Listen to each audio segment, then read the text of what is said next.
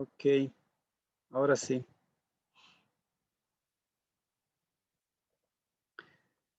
Lisette Solís. Hola Lisette, ¿me escucha? Sí, Doc, un poco entrecortado porque tengo problemas de Inter. ¿Quién más me escucha entrecortado? Ok. Lisette, cuénteme, ¿cómo le fue con la lectura de Pierre de Pap?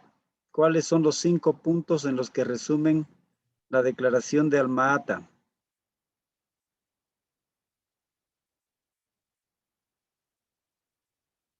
Hola Lisette.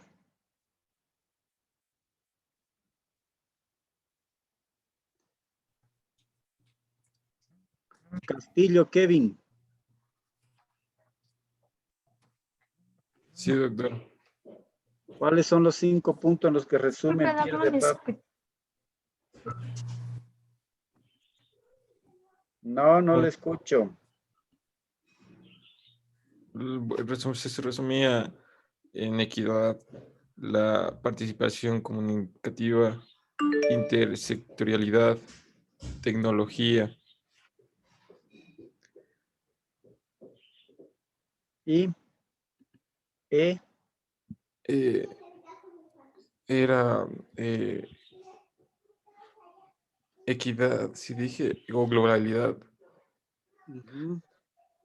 A ver, vamos de nuevo. Equidad, globalidad, ¿qué más?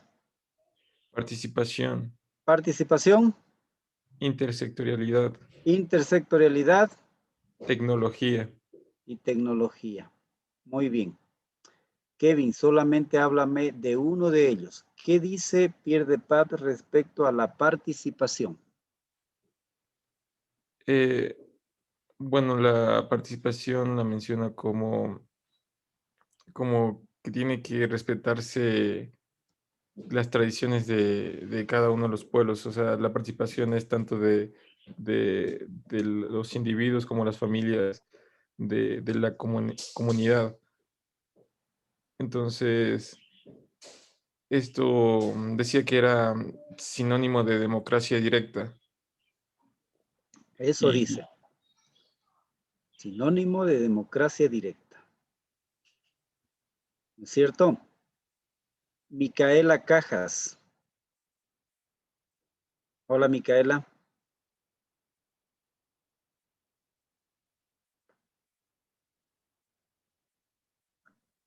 Hola, doctor. Hola. ¿Qué más dice de participación Pierre de Pap? Un elemento clave es democracia directa. Otro, La verdad, doctor, yo no me acordé de leer ese artículo. está bien. Le voy a pedir, le voy a anotar, Micaela, para que por favor lo lea y a usted le voy a preguntar el siguiente lunes. ¿Le parece? Doctor, ya no hay Ok, problema. de acuerdo. ¿Dónde está Cajas, Micaela? Pacha Eva. Pacha Eva. Doc, ¿me escucha? Le escucho. ¿Qué más dice Pierre de Pap de la participación? Otro de los aspectos importantes era que decía que se debería respetar las formas de pensar de cada pueblo. Muy bien. Otro. Yanina Valencia.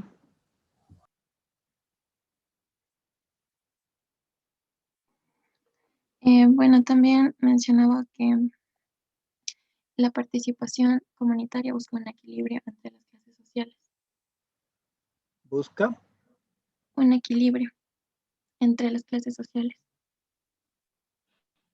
Sí, Pierre de Pab es muy profundo cuando habla de participación. Es ceder poder del centro a la periferia. Es básicamente, él lo establece así, ¿no? Es buscar el equilibrio en términos de clases sociales. Entonces, participación es muy profundo para Pierre de Pab. Y de eso habla de participación al MATA, básicamente. Leonardo, Leonardo P8 dice ahí. ¿Cómo es tu apellido, Leonardo? Mera. Mera. ¿Qué dice David Tejada? Danos un resumen así general de lo que leíste de David Tejada.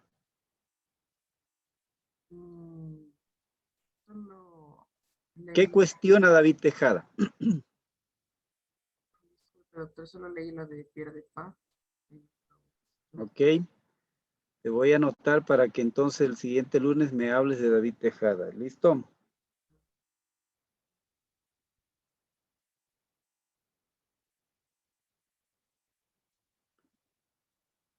Ah, Santiago Guano. ¿Guano qué? Bueno, Toño, doctor. Guano Tuña. No sale todo ahí, solo es por eso. Santiago, ¿qué dice Pierre de Paps respecto a la tecnología?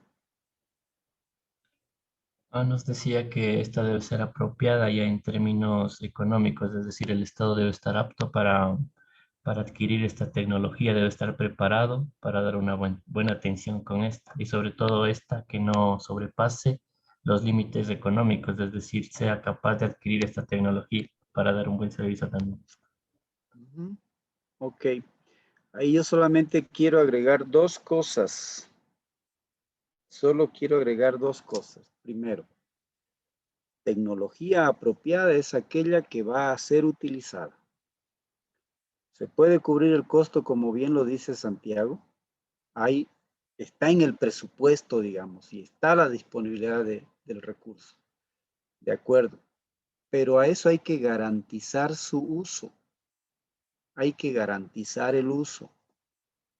Esto ya lo dije, lo voy a volver a decir. ¿Cómo se garantiza el uso?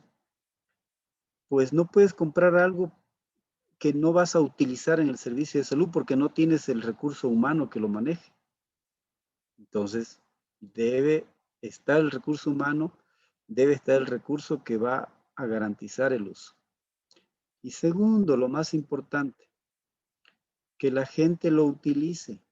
Y para que la gente lo utilice debe cumplir dos condiciones.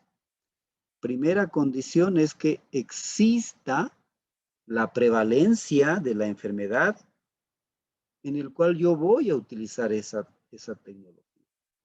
Y segundo, que exista la aceptación de la gente. Que la gente acepte esa tecnología. A ver, ¿la vacuna es tecnología? Clarito, la vacuna es una tecnología altísima. ¿Es necesaria? Sí. La gente. ¿Hay la cantidad de gente? Sí. Montón, todos. ¿La gente acepta la vacuna? En su gran mayoría sí. Hay grupos, lamentablemente, que hay un movimiento antivacuna, ¿no? Entonces, ese grupo hay que trabajar fuertemente, fuertemente. Listo. Tecnología apropiada. ¿Qué dice de intersectorialidad? Pierre de Pap, Samantha. Ya. Lumba. Respecto a la intersectorialidad, él reconoce que hay varios, por valga la redundancia, hay otros sectores que también están involucrados en la salud de las personas y entre ellos menciona la vivienda, la alimentación, el trabajo, condiciones dignas de trabajo. Entonces dice que en la salud no puede encargarse de todo, o sea, el sector de salud, sino que tiene que trabajar en conjunto con otros sectores estratégicos. Muy bien. Milena, ¿qué dice Pierre de Paps respecto a la equidad?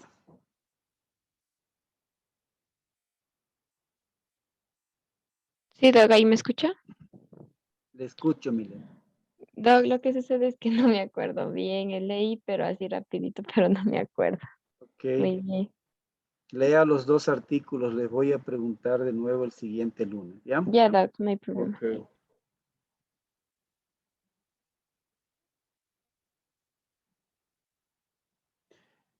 Fátima. Fátima Macas. Sí, doctor.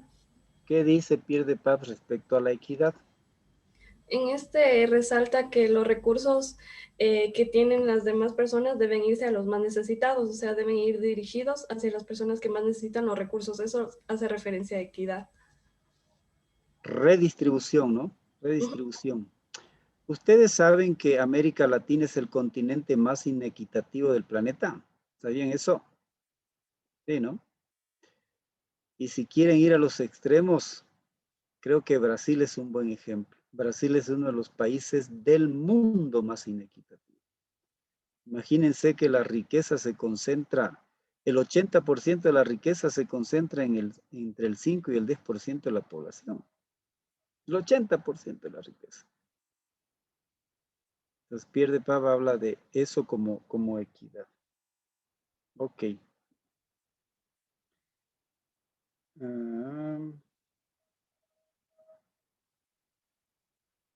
Samir, ¿qué dice Pierre de Paz respecto a globalidad? Sí, doctor, ¿me escucha? Le escucho.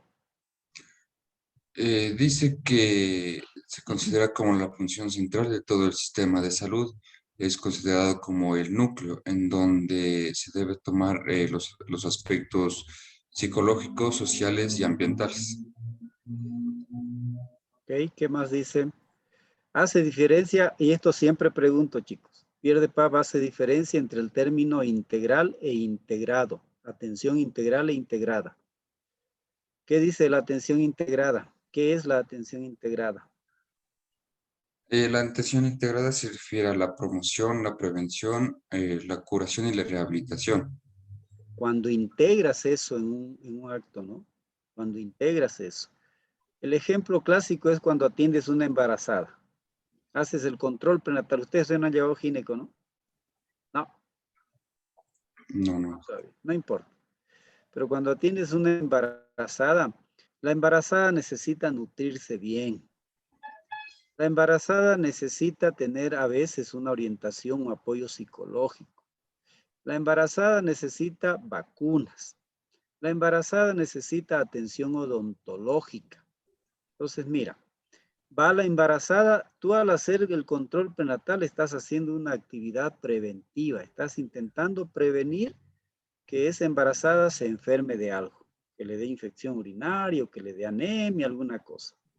Cuando le pones la vacuna, estás intentando prevenir, la vacuna antitetánica, por ejemplo, estás intentando prevenir que al niño le dé tétanos neonatal cuando nazca. Acción preventiva. Le envías al odontólogo. Entonces el odontólogo le revisa y hace acciones también ahí. Si hay que curar, él hace acción curativa.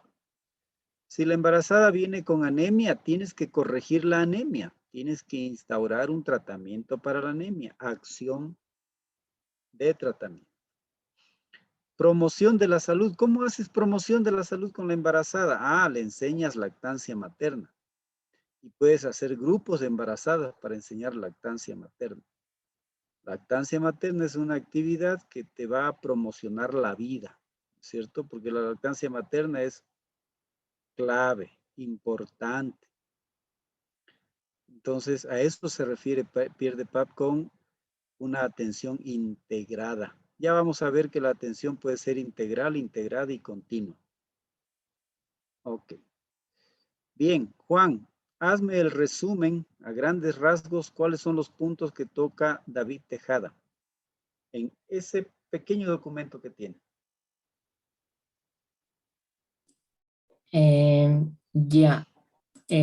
David Tejada tiene una nueva forma de ver la atención primaria. Fue uno de los... lo vimos la clase pasada, al final de la clase vimos el video donde hablaba David Tejada sobre la atención primaria. Entonces, nos da a breves rasgos toda la trascendencia que tuvo desde Alma Ata hasta la actualidad, la importancia que tiene la atención primaria y cómo sí se convierte en una utopía, hablando de términos logísticos, hablando de términos en salud, donde falta la equidad en Latinoamérica, falta la equidad a la parte mundial. Igual habla de la solidaridad, que también es muy importante en este tema. Ok. Mary, ¿qué critica David Tejada? ¿Cuáles son los puntos que él critica de la aplicación de la APS? ¿O qué cuestiona, no critica? ¿Qué cuestiona? No alcancé a leer ese archivo, solo leí el de PDP. Ok. Te voy a anotar también. Janet Abad. ¿Dónde estás, Janet? Se me fue Janet. Doc, lo que pasa es que ella se vacunó ayer y se sentía mal por los síntomas de la vacuna, entonces creo que está en el hospital. Ah, ya. Cierto, yo no la tengo aquí registrada. John Calderón. Sí, Doc. Hola, John. ¿Qué puntos cuestiona David Tejada en ese pequeño documento? De lo que entendí, o sea, de la definición primero de salud, cómo era, qué se tomaba en cuenta antes y qué no. Antes se tomaba que solamente era la ausencia de esa enfermedad, pero ahora se la complementa con el bienestar tanto físico y mental, y a su vez también relacionado con la parte ambiental o social. También cuestionaba el aspecto de qué quiere decir atención primaria y la relacionaba con el aspecto traducido del inglés que decía que care significa cuidado, pero nosotros lo traducimos como atención. Entonces, que la atención creo que era algo de un sector, mientras que el cuidado abarcaba lo que es ya una cosa más intersectorial, ya, multisectorial, podríamos decirlo así.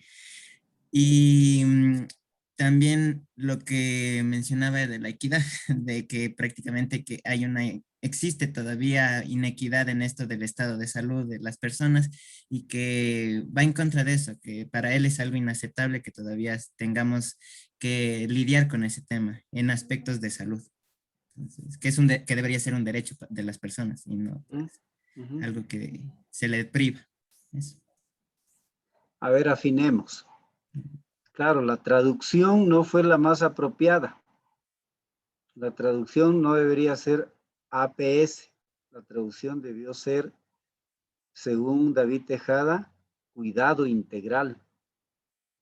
¿Cierto? Pero claro, al final él hace la diferencia. En español, atención tiene un significado como muy vertical. Hay uno que sabe y el otro. ¿Cierto? En cambio, cuidado es más horizontal. Intervienen varios sectores, no solo un sector. Entonces él hace mucho hincapié en eso y por eso él argumenta el por qué se desvirtúa lo de APS. Y otro término que él cuestiona, ¿cuál es, Kevin?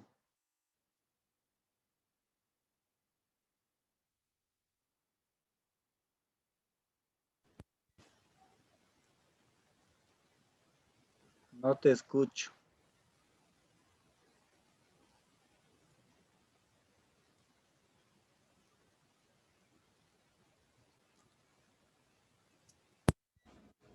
Ya, Doc, ahí sí me escucha. Ahí sí te escucho. ¿Cuál es el otro término que cuestiona? Era o sea, cuestionaba una diferencia sobre todo entre atención integral de salud o sea, de todos y para todos. Bueno, no solo ese término, había una serie de términos como por ejemplo la multisectorialidad y la multidisciplinar. que era sobre todo para la atención promotora y preventiva, donde destacaba que este problema se daba siempre y que él en su trayectoria había visto muchas cosas, como por ejemplo cuando era director de la director suplente de la OMS, en donde él destacaba que muchas veces, a pesar de ver cómo la atención primaria en salud era sobre todo de baja calidad para sectores pobres y donde no había participación entera de la comunidad, él tenía que guardar silencio a pesar de todas estas cosas, pues, sobre todo por por no hacer ver mal, por así decirlo, a estos programas que elaboraba incluso la OMS o los países donde o el país donde él sobre todo radicaba. Ok. Sí. Campos, Vanessa. Presente, Doc. ¿Qué dice David Tejada sobre el término primaria o primario? Bueno, mencionaba que el término primario no necesariamente tenía que ser como algo específicamente básico, sino que debía ser lo que el paciente en ese momento necesita como para tener una salud estable. Y tenía que ser de acuerdo en este caso, a los centros de salud básicos. Ok. Samir, ¿estás de acuerdo? Eso es lo que dice respecto al término primario. Atención hace la diferencia entre atención y cuidado. ¿Qué dice el término primario? El término primario puede significar como primitivo o incivilizado, tal vez. ¿Y qué más? Como que fuera algo de un orden en primer grado. O sea, como la base a todo un sistema podría considerarse. ¿Qué más? Hasta ahí no hemos dicho nada todavía. Bueno, sí hemos dicho. Doctor, Ajá. Dime, Luis. o sea, ahí en el documento nos hablaba o sea, con para la globalidad, que no debemos de considerar la atención primaria como el primer nivel de atención, sino que nos invita a siempre ponerla en práctica también ya sea en el segundo o en el tercer nivel de atención para hacerla ya una atención primaria más globalizada. Es correcto. Pero del término primario en específico dice que se la puede comprender de dos maneras. Las que dijo Samir. Primario puede venir de primitivo, ¿cierto? De primitivo, algo básico, algo elemental. Pero primario puede ser de primero. Es primero. Lo más importante. Pero lo que dice David Tejada, y esto es lo que cuestiona, es qué fue lo que se entendió. Después de la declaración, ¿qué fue lo que se entendió? Y se entendió como que es algo básico, algo primitivo.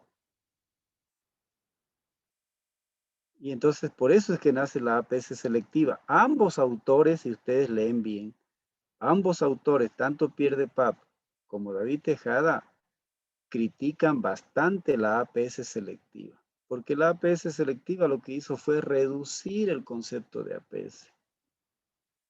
Minimizar el concepto de APS. Tergiversar el concepto de APS. Ok. ¿Alguien más quiere comentar algo? Yo. Muy bien, chicos. Dime, Juan. Con respecto a este tema de los términos primario y care, atención en inglés, es muy importante que los representantes de estas asambleas sepan muy bien el idioma y sepan muy bien interpretar estas cuestiones, porque vemos cómo los países anglosajones, los países de habla inglesa tuvieron, esta APS tuvo mayor repercusión porque la supieron entender mucho mejor. En cambio, nosotros lo entendimos como que era algo básico.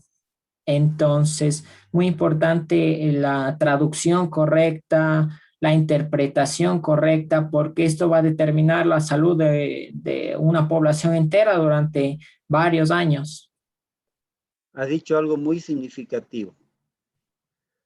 ¿Qué es lo significativo? Y el por qué, y eso explica en gran medida el por qué la interpretación del término APS es tan distinta en Europa que lo que es en América Latina.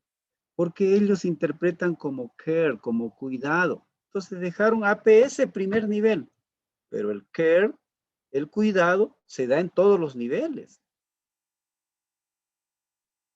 ¿Sí? Y por eso es que en América Latina, atención, o sea, la traducción no fue pues la más adecuada, para nada. Debieron traducir de otra manera. David Tejada dice que la traducción debió ser, en el video vieron ustedes, que la traducción debió ser cuidado integral, punto. Y entonces ahí nos hubiésemos evitado estas distorsiones realmente. Pero bueno, así está. En todo caso, como ustedes vieron, en el año 2018 se volvió a posicionar el tema como cuidado. Sigue la traducción como APS, eso ya no lo vas a sacar. Es difícil que se borre. Pero hay que interpretarlo como el cuidado, ¿no? Como el cuidado integral, y el cuidado integral no solo depende de un solo sector, por eso se habla de intersectorialidad. Y el cuidado tiene que ser equitativo, y el cuidado tiene que ser utilizando tecnología apropiada, adecuada, ¿cierto? Y el cuidado tiene que ser con participación de la gente. Ok, muy bien. Hoy día vamos a hablar entonces de cobertura universal. Ustedes se acuerdan que cuando yo les mostré la diapositiva, cuando empezamos a hablar de la Declaración de Alma-Ata, había un eslogan, salud para todos el año 2000. Y cuando empezamos a hablar de atención primaria renovada, ya no era tanto un eslogan, es más bien como una meta. ¿Cuál era la meta? ¿Quién se acuerda? Cobertura universal. Cobertura universal. Entonces, hoy día vamos a hablar de cobertura universal. Hablamos un poquito la clase anterior. Hoy día intentaremos profundizar algo más. A ver.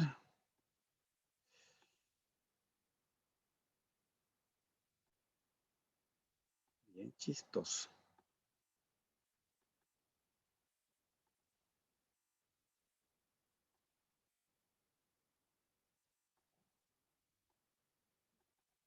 Cobertura universal. ¿Por qué debemos hablar de cobertura universal? Por esto. Cerca de la mitad de la población mundial carece de acceso integral a los servicios sanitarios básicos. Cerca de la mitad. ¿Quién dice esto? La OMS. En un artículo que tiene el 2019. Cerca de 10 millones de personas se ven abocadas a la pobreza extrema, es decir, viven con 1.90 al mes o menos. ¿Se dan cuenta de eso? Para ustedes es impensado eso, me imagino, ¿no?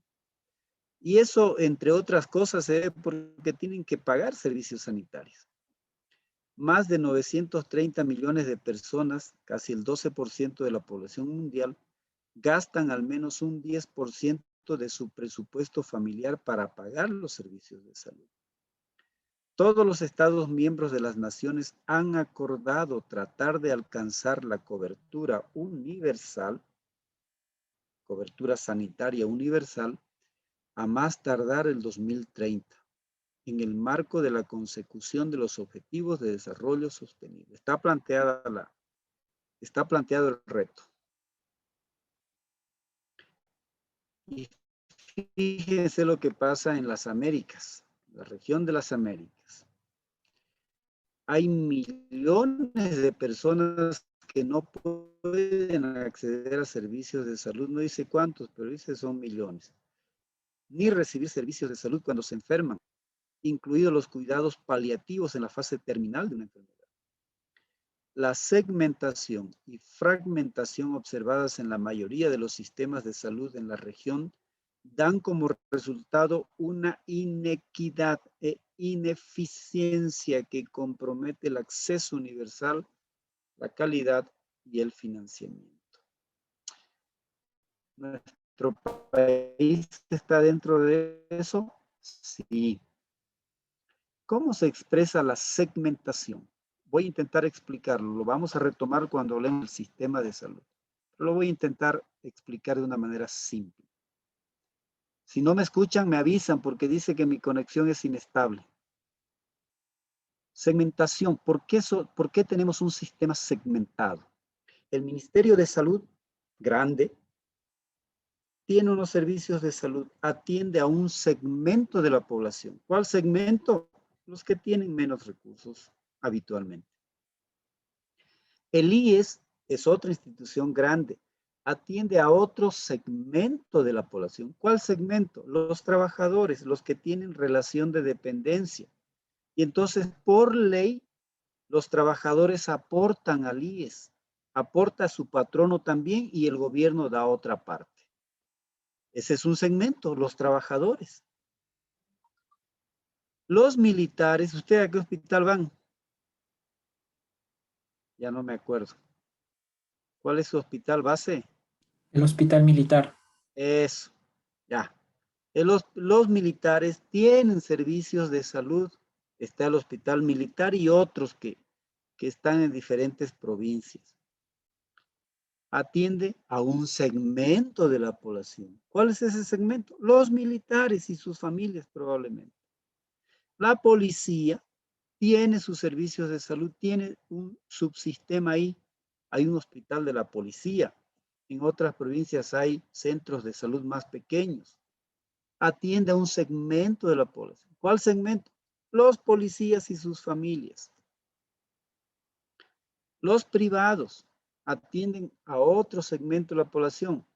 Se cree que a los que tienen un poco más de recursos económicos y pueden pagar un servicio privado.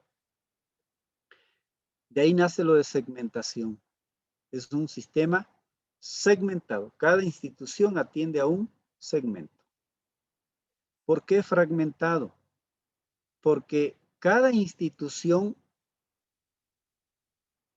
trabaja de manera casi aislada. Hay muy poca coordinación entre estas instituciones, entonces se fragmenta el sistema. Y eso lleva a inequidades. Obviamente no te ofrece lo mismo el sistema que de los policías que el sistema del Ministerio de Salud Pública, ¿no es cierto? Entonces, eso lleva a una inequidad e ineficiencia. Vamos a tratar este tema, ¿qué es eficiencia? Ustedes deben saber ya, ¿no es cierto? Eficiencia es cuando hay gastos de recursos y en exceso en relación a lo que quieres lograr. ¿Y por qué hay ineficiencia? Porque no coordina y entonces a veces hay duplicidad de acciones. ¿Qué más? En 11 países de la región existe un déficit absoluto de trabajadores de la salud. Menos de 25 médicos, enfermeras y matronas, parteras aquí sería, certificadas por cada 10,000 habitantes. En Ecuador se da eso, no en términos tan generales, pero sí por zonas. ¿Dónde están concentrados los médicos? Ustedes deben saber eso. ¿Dónde se concentran? En Quito, en Guayaquil, en Cuenca. Hay zonas donde no se tiene esa cantidad. La falta de financiamiento adecuado y el uso ineficiente de los recursos disponibles son desafíos importantes para avanzar hacia el acceso universal a la salud y la cobertura universal a la salud. Mientras que el gasto público medio en salud en los países de la Organización para la Cooperación y el Desarrollo Económico fue del 8%, esos son básicamente los europeos, del PIB. El gasto público en los países de América Latina y el Caribe fue del 3.8%. Muy baja la inversión. Hubo un momento en que Ecuador llegó al 5%, ¿no? Cuando estábamos en bonanza. Ya bajó otra vez, está menos del 3%. Y entonces esto nos lleva a pensar a que la cobertura universal es importante. ¿Y qué es? La cobertura sanitaria universal implica que todas las personas y comunidades reciban los servicios de salud que necesitan sin tener que pasar penurias financieras para pagarlos. Abarca toda la gama de servicios de salud esenciales de calidad, desde la promoción de la salud, prevención de la enfermedad, tratamiento, rehabilitación, cuidados paliativos. Claro, y hacíamos reflexión con ustedes lo que ha pasado con el COVID, ¿no? ¿Cuántas familias han tenido que pagar demasiado? Y entonces es para evitar esto, para evitar el famoso gasto catastrófico. Esta es una frase que salió en Estados Unidos, por eso nosotros la podemos cambiar y adaptar a nuestro contexto. Si caes enfermo, tienes que elegir. O renuncias al tratamiento o pierdes tu granja. En nuestro caso podría ser, si caes enfermo, tienes que elegir o renuncias al tratamiento y te mueres, en el caso del COVID, o te endeudas, o vendes tu carro, o vendes tu terreno que tenías por ahí. Ojalá no la casa. Entonces, el gasto catastrófico realmente, cuando llega una familia, es devastador. Es bien complejo. Entonces, fíjense, este gráfico muestra pagos directos. Ahí cuando vas y tienes que pagar, la tomografía vale 300, pague 300. La consulta vale 40, pague 40. Los análisis salieron 120, pague 120. A eso se refiere. ¿Listo?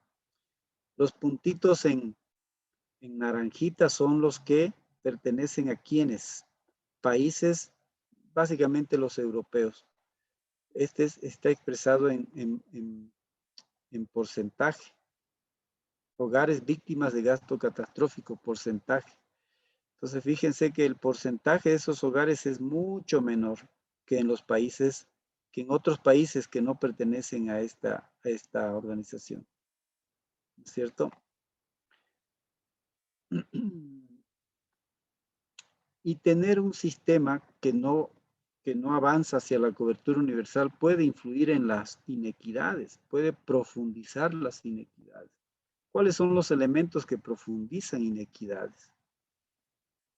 La estratificación social, esto de la clase alta, clase media, obviamente que influye en la equidad, que lleva más hacia la inequidad. Las desigualdades políticas, cuando se emiten políticas que favorecen a ciertos grupos. Se dan cuenta que esto no lo podemos corregir desde el sector salud. Los ingresos, la posición social, el barrio donde vives, el lugar donde vives, la zona donde vives, tus condiciones de empleo, la raza, la condición étnica. Claro, hay muchos indicadores que dicen que los afroecuatorianos y los indígenas, por ejemplo, tienen muchas dificultades y se ven afectados en la accesibilidad a las diferentes prestaciones. También hunden sus raíces estas inequidades en la forma en que los sistemas de salud excluyen a las personas. Por ejemplo, no es la misma disponibilidad de recursos que hay en Quito que las que hay en La Tacunga, por decir algo. El acceso, ya vamos a hablar del acceso. La calidad de atención. La calidad de atención no debe ser la misma en una clínica privada que en un centro de salud del ministerio. La forma de pago. La forma en que se lleva a cabo la práctica clínica. Entonces, todos son estos elementos que te van a profundizar las inequidades. Si tenemos cobertura universal, ¿cómo se logra cobertura universal? Puede ser por pagos de impuestos, a través del pago de impuestos. Esto, por ejemplo, funciona en Inglaterra. Inglaterra tiene un sistema único de salud. Entonces, todo el mundo paga impuestos y de ahí sale para pagar todo. O por medio del seguro social o de enfermedad. uno que representa eso es nuestro IES, o mediante una combinación de ambos, pero de una manera muy fuertemente coordinada. Los principios son los mismos. Esta es mancomunación de contribuciones prepagadas, recaudadas sobre la base de la capacidad de pago. Capacidad de pago. Se supone que si ganas más, tienes que pagar más. Esto básicamente, la utilización de estos fondos, ¿qué hacen? Garantizan que los servicios de salud estén disponibles y accesibles y que se suministre asistencia de calidad a las personas que lo necesiten. Entonces, si trabajamos en estos tres elementos que ya vimos en la clase anterior, pues vamos a avanzar hacia una cobertura universal. Amplitud. Voy a dar un ejemplo. Este responde a la pregunta, ¿quién está asegurado? Y se la puede interpretar como la proporción de población que goza de protección social. Debe ampliarse progresivamente para abarcar a las personas no aseguradas, es decir, a los grupos de población que carecen de acceso a los servicios de la protección social. Un ejemplo muy claro en nuestro país fue cuando nació el Seguro Social Campesino. Ahí hay un grupo. ¿Quiénes? Los campesinos. No tenían ningún tipo de seguro. Y se impulsó esto como política del Estado. Entonces se creó el Seguro Social Campesino. El Seguro Social Campesino es propio del Ecuador. No he visto esa figura en otros países. Entonces, el seguro campesino, ¿qué hace? ¿Le cobra a los campesinos? Sí, ellos aportan, pero aportan de acuerdo a su capacidad una cuota mínima. ¿Sí? Y en general, ellos tienen derecho a hacerse atender en los servicios del IES. Claro, si están en el campo, ustedes me dirán, ¿y dónde van? Ah, tienen unos dispensarios médicos.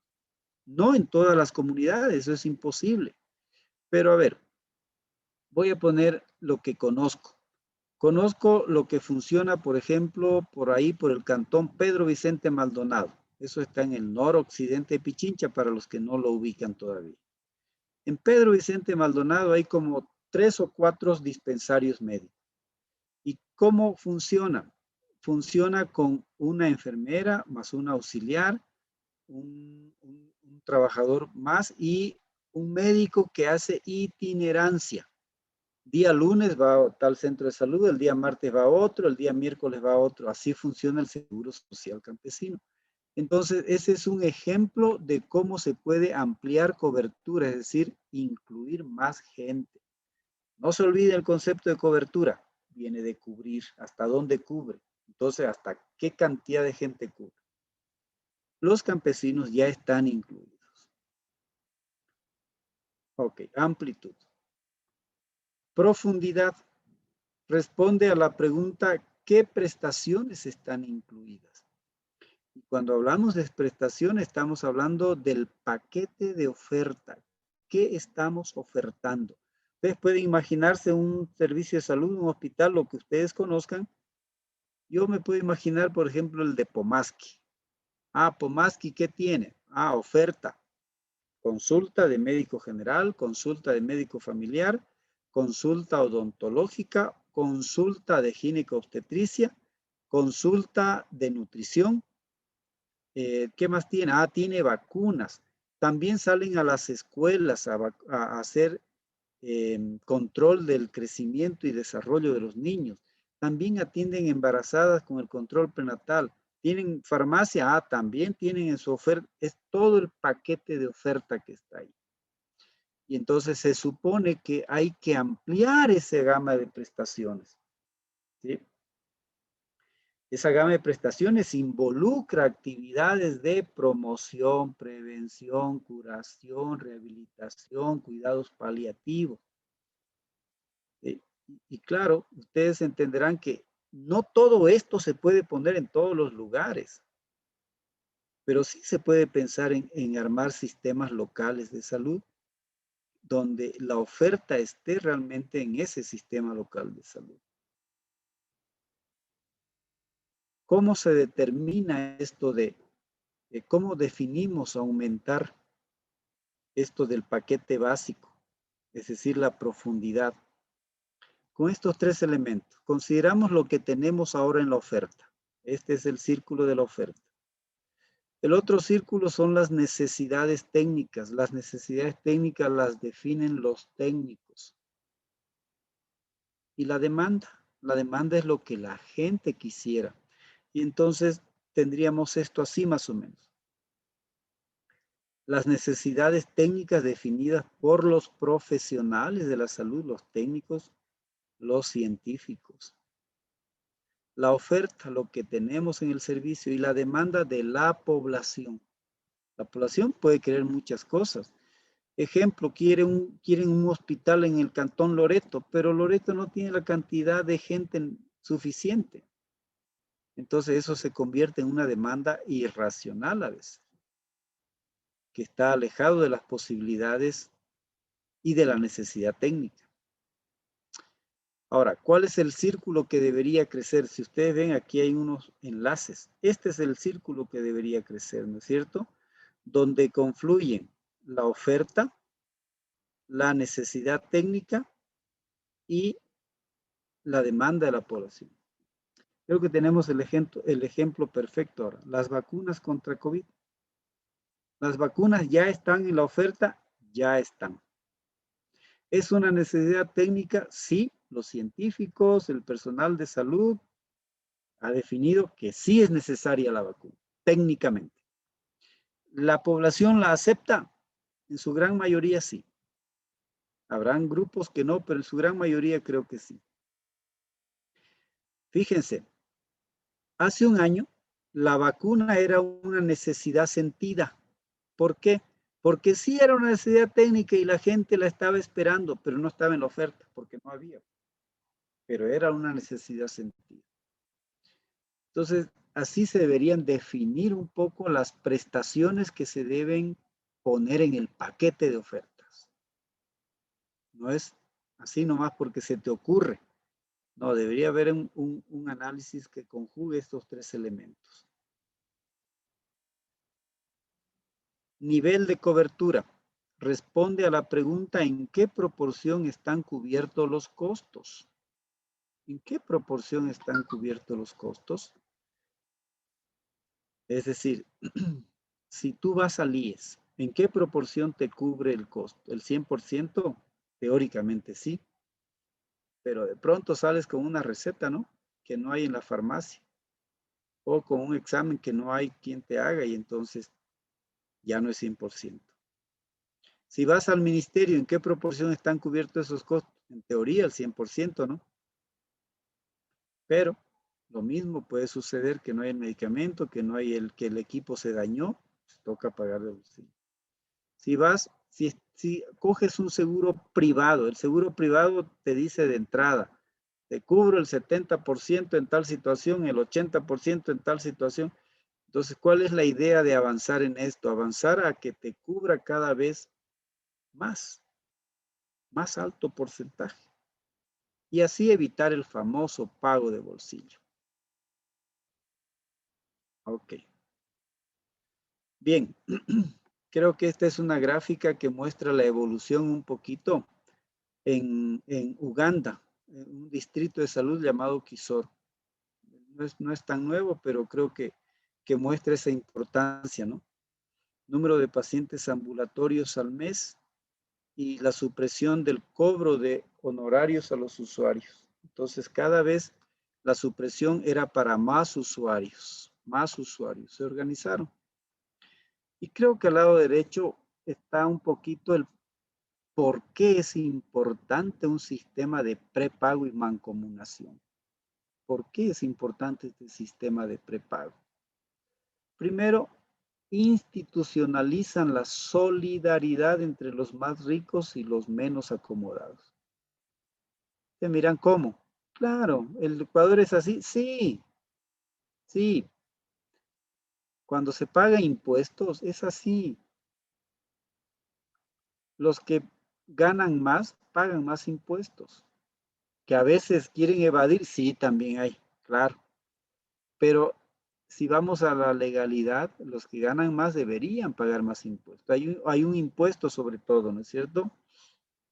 Porque si vamos al IVA, el IVA es el impuesto más inequitativo porque todo el mundo paga lo mismo. Si Vane Rubí está en el, Vane Rubí se toma, voy a inventarme, se toma una Coca-Cola, va a pagar lo mismo que si yo me tomo una Coca-Cola. ¿Y yo gano más que Vane o no Vane, o tú ganas más que yo? No creo, ¿no? Todavía no tienes muchos ingresos seguros. Nada. Pero pagamos lo mismo. Eso es igualdad, no es equidad, ¿no es cierto? Entonces ahí no estoy siendo solidario con Vane que ella no gana. Pero ¿dónde está la diferencia de impuesto? Hay un impuesto, ¿cómo se llama? Ayúdenme si se me va. Es el impuesto a la renta. Ese sí hay unos formularios, un tope ahí que si ganas más de 12,000 al año ya tienes que pagar ese impuesto. Mientras más ganas, más pagas el impuesto. Se puede trabajar más. Hay países que trabajan mucho más que esto, ¿no? Hay países, por ejemplo, que los que ganan muchísimo dinero pagan hasta el 60% de su salario, 70%, 50%. Pero claro, son ingresos enormes, ¿no? Y la gente está consciente que debe pagar impuestos. ¿Por qué? Porque ven mejoras, ven obras, ven buenos caminos. Listo. Y entonces se institucionaliza.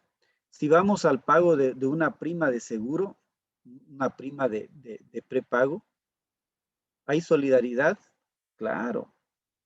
Si ustedes van al IES nomás, ahí está bien expresada la solidaridad entre los que más ganan y los que menos ganan. Ya les expliqué la clase anterior que si tú ganas 4,000, vas a pagar el 8 punto y algo por ciento. Si ganas 200, el 8 punto y algo por ciento. Entonces, el que gana más va a pagar más. Promueve la solidaridad entre sanos y enfermos. Eso también lo discutimos la semana anterior. ¿No es cierto? ¿Quiénes se enferman más? Las personas mayores, nuestros abuelos, nuestros padres. ¿Quiénes no se enferman? Casi.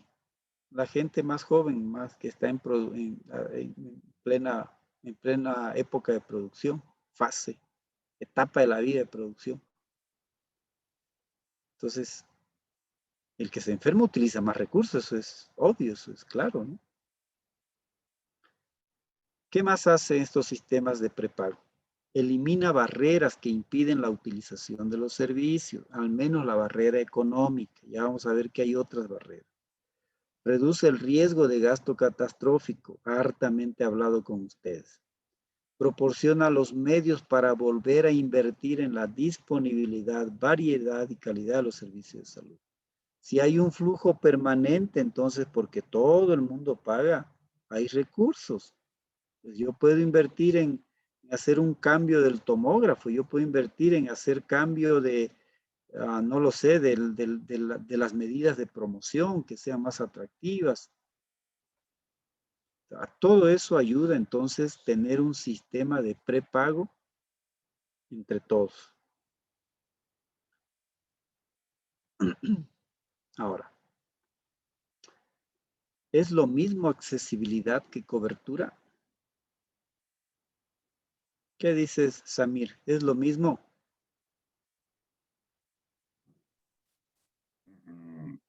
A mi pensar, no sería lo mismo. ¿Qué entenderías por accesibilidad? Porque cobertura ya vimos. Cubrir. Accesibilidad sería qué porcentaje de la población tiene acceso a la salud, en este caso los sistemas de salud. Y cuando hablas de porcentaje, estás hablando de probabilidad. Y cuando hablas de probabilidad, también puedes interpretar como qué posibilidad tiene la población de llegar a ser atendido, ¿no? De llegar, en otras palabras, de llegar a ser cubierto. Entonces, accesibilidad sería como el camino para llegar a una cobertura. Y hay estas barreras que se deben trabajar para que llegue al servicio de salud. La geográfica, creo que eso se entiende, pero se entiende de varias maneras. Hay estudios que dicen que las personas que viven a más de 5 kilómetros de un servicio de salud tienen mayor dificultad para llegar, usan menos los servicios de salud que aquellos que viven dentro del rango de 5 kilómetros. Distancia. Entonces, la distancia puede representar una barrera si vives muy lejos. ¿Cómo trabajar eso en el oriente? Complicadísimo ahí. Ahí toca hacer brigadas, toca hacer visitas, etcétera, ¿no? Pero también puede ser de que no sea tan lejos, pero no hay los medios de comunicación, no hay buenas carreteras. A lo mejor el transporte es solo fluvial y eso demora mucho. Entonces, la accesibilidad puede medir en términos de distancia, en términos de tiempos. Distancia, tiempos. La accesibilidad económica, de eso hemos hablado bastante, ¿no? Si yo no tengo dinero, no voy a ir a un servicio de salud, porque sé que me van a pedir los exámenes, el medicamento, aunque la atención sea gratuita. Y el resto, hay una barrera económica ahí. Por eso no voy. La sociocultural. A ustedes creo que les conté lo que me pasó en Zapallo Grande. Cierto tipo de atención puede ser científicamente importante, racional. ¿Dar el suero oral a un niño que está con diarrea es racional? ¿Es científico? Sí. Comprobadísimo. Salva vidas. Pero la gente a veces no lo acepta. Y eso exactamente fue lo que me pasó. Niños con diarrea, no solo yo, el equipo le daba suero oral. Y claro, le dábamos ahí un rato hasta que estaba mejorcito y le mandábamos a la casa. Pero en la casa no le daban el suero oral porque sencillamente conectaban. Si el niño está con diarrea y la diarrea es líquida y yo le voy a dar más líquido, le estoy dando más líquido para que siga con diarrea. Hasta que falleció un niño por esta barrera. Tuvimos que hablar con el chamán, al chamán le convencimos y él empezó a convencer a la gente. Otra de las barreras socioculturales es cuando usted llega a una comunidad y la comunidad tiene otra lengua y usted no la conoce. La comunicación se hace muy difícil. ¿Para qué voy a ir si no me va a entender lo que le digo? No me resuelve. Barrera. Otra de las barreras tiene que ver con la capacidad funcional del recurso humano, del equipo. El equipo que está ahí debe poder manejar de manera directa o utilizando la referencia a otro servicio todos los problemas que se presentan en la comunidad. La gente sabe, dice, no, si ahí solamente me van a dar paracetamol y nada más y no me van a resolver nada. Algo está pasando con la funcionalidad. Permanencia, mantener abiertos los servicios de salud. Yo aquí suelo contar lo que pasa en algunos escenarios. Probablemente a ustedes les toque vivir eso. Hay servicios de salud que están en un pueblo, en un lugar concentrado, pero que atiende a otras comunidades. Entonces han decidido abrir sábados y domingos, porque la gente sale los sábados y domingos. O sale al culto, o sale a vender sus productos, o a intercambiar sus productos. Entonces ahí están trabajando para eliminar esa barrera de accesibilidad temporal se llama. Que coincidan los horarios. A veces es complicado para alguien que trabaja, por ejemplo, todo el día, ir a un servicio de salud en el día, porque trabaja. A no ser que se ponga mal, ahí ya, listo. Entonces hay que tratar de ver eso. En resumen y en conclusión, para lograr cobertura universal se debe vencer todas las barreras de accesibilidad. Todas las barreras, no solo la económica. La económica es solo una. Es solo una. Hasta ahí tengo, chicos. Preguntas, comentarios.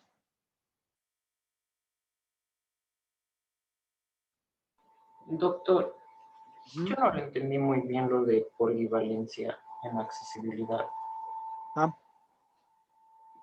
Polivalencia. Es decir, que el equipo de salud tendría que tener la capacidad de resolver todos los problemas que tiene una comunidad. Por ejemplo, ¿qué hay en la comunidad? Hay malaria. Entonces el equipo debería tener la posibilidad de hacer diagnóstico para malaria, de hacer tratamiento para malaria, de hacer seguimiento para malaria. ¿Qué más hay en la comunidad? Hay embarazadas. El equipo debería estar en capacidad de atender el control prenatal, hacer seguimiento en ese control prenatal, tratar de que esa señora reciba sus vacunas, que esa señora reciba las orientaciones para la lactancia materna, que esa señora reciba sus orientaciones, etcétera, etcétera. Sí, también tendría que tener la capacidad de atención del parto. Si no tiene la condición para atender el parto, debería tener la conexión con un servicio de segundo nivel para poder hacer referencia.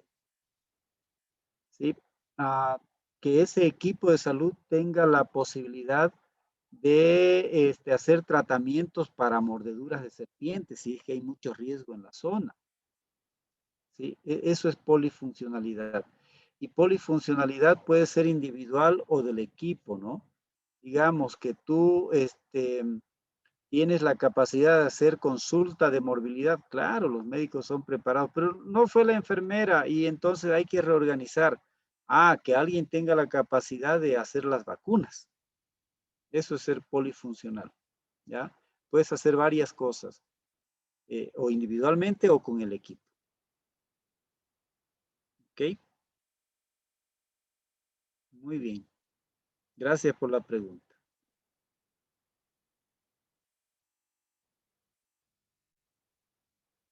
Pueden hacer más preguntas.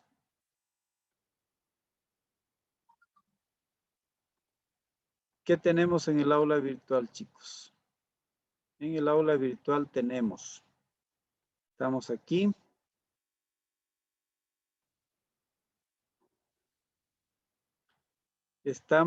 Ya pasamos principios, toca cobertura universal. Y en cobertura universal hay un foro. Vamos a ver, ¿qué tenemos en el foro? ¿Qué pasó aquí? ¿Será que no se me actualizó? No, sí se me actualizó.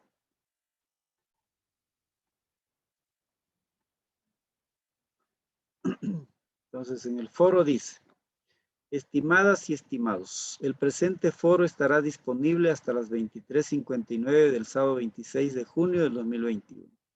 Se espera que participe al menos una vez y realice un comentario de uno de sus compañeros. Para este comentario no es suficiente decir estoy de acuerdo o creo lo mismo. Argumente, ¿por qué está de acuerdo? ¿Por qué no? El tema es cobertura universal en Ecuador. Se trata de exponer su criterio fundamentado en respecto a la cobertura universal en Ecuador. La pregunta orientadora es, ¿la conformación del sistema de atención en salud en Ecuador favorece la cobertura universal? La lectura obligatoria es el capítulo 2 de la APS, más necesaria que nunca, está en el aula. Además de otras publicaciones, artículos que usted considere necesarios. Hay una rúbrica de evaluación y este es el enlace que les va a llevar. Aquí tenemos el texto, tenemos otro, tenemos la presentación de hoy día. Este es otro que les puede servir y este es un artículo que habla del sistema de salud en Ecuador. Está interesante. Entonces, con esas lecturas, ustedes, ¿qué es lo que hacen? Entran al foro. El foro es como una discusión, no es como que ustedes discutan entre ustedes. Y entonces pone añadir un nuevo tema. Siempre les va a pedir que pongan el asunto, a lo mejor ponen la pregunta o cualquier otro tema que ustedes quieran comentar. Aquí elaboran su comentario, ¿cierto? Y envían al foro. Yo no voy a enviar. Y claro, ya envió, digamos que Luis envía.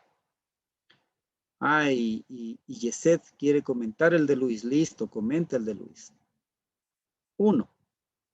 Puede hacer más, pero yo les estoy pidiendo al menos un comentario de alguno de sus compañeros. ¿Listo? ¿Han hecho foros? Sí, ¿O doctor. no han hecho foros? Ah, ya. Entonces están familiarizados. Perfecto. Preguntas, chicos.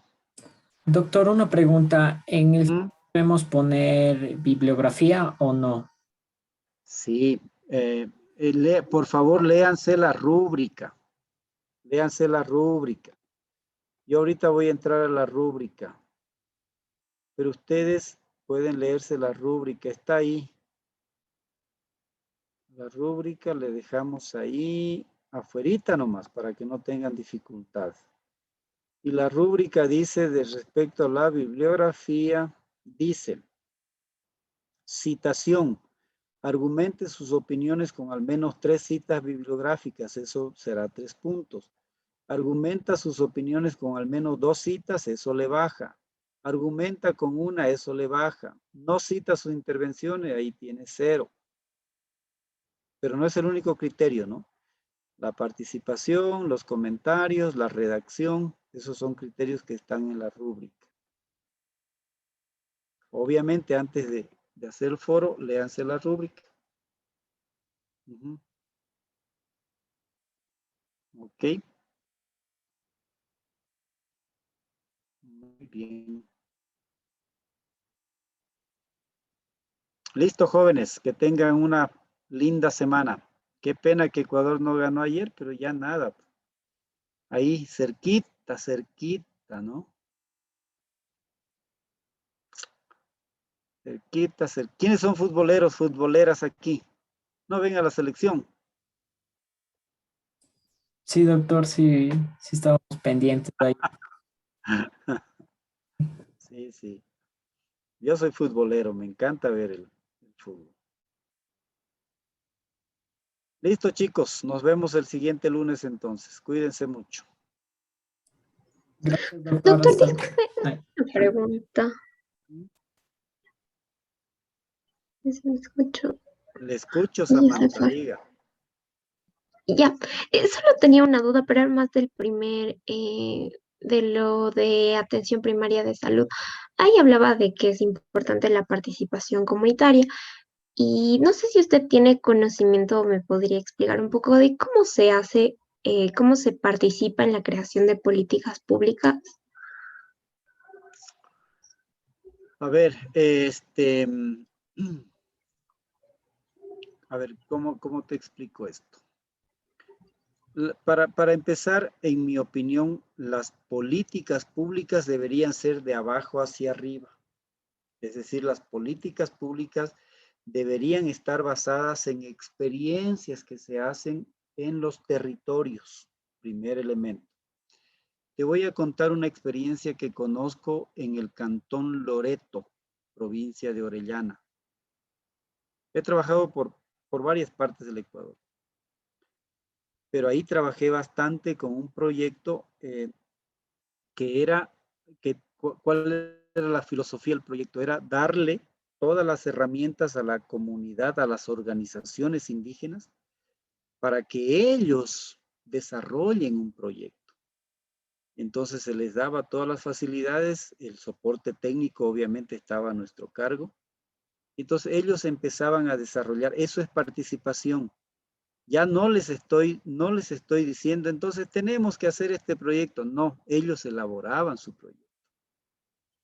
De acuerdo a lo que ellos veían que necesitaban. Ahí están participando, ¿dónde? En la generación, en la ejecución del proyecto. Ellos ejecutaban. Y en Loreto se creó una instancia en el municipio que se llamaba Consejo Municipal de Salud. En ese Consejo Municipal de Salud, obviamente estaba representante del Ministerio de Salud Pública, es decir, del Centro de Salud de Loreto. Estaba representante de la organización OQUIL, se llama esa organización. De la OQUIL estaban representantes de algunas ONGs y obviamente representantes del municipio. Y el municipio otorgaba un presupuesto ahí. ¿No es cierto? Otorgaba un presupuesto. Y entonces, de ese presupuesto iba una parte para la OQUIL para que desarrolle sus proyectos. Tenían proyectos de salud, obviamente, pero también tenían proyectos por ejemplo, de cacao o alguna cosa así, ¿no? Y entonces, esa es una experiencia. A partir de esa experiencia, se podría generar una política pública. ¿Dónde está la participación? En ese proyecto. ¿Cierto? En esa experiencia. Ahí la gente participaba. Entonces, a partir de ahí puedes elaborar una política pública para que eso se haga en los diferentes municipios, los diferentes cantones. Ese es un ejemplo con el que creo que mejor te puedo graficar un poquito cómo la participación puede ser expresada luego en una política pública. Ya, muchas gracias, doctor. Ok.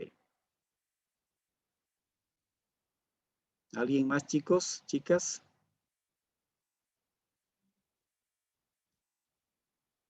Muy bien.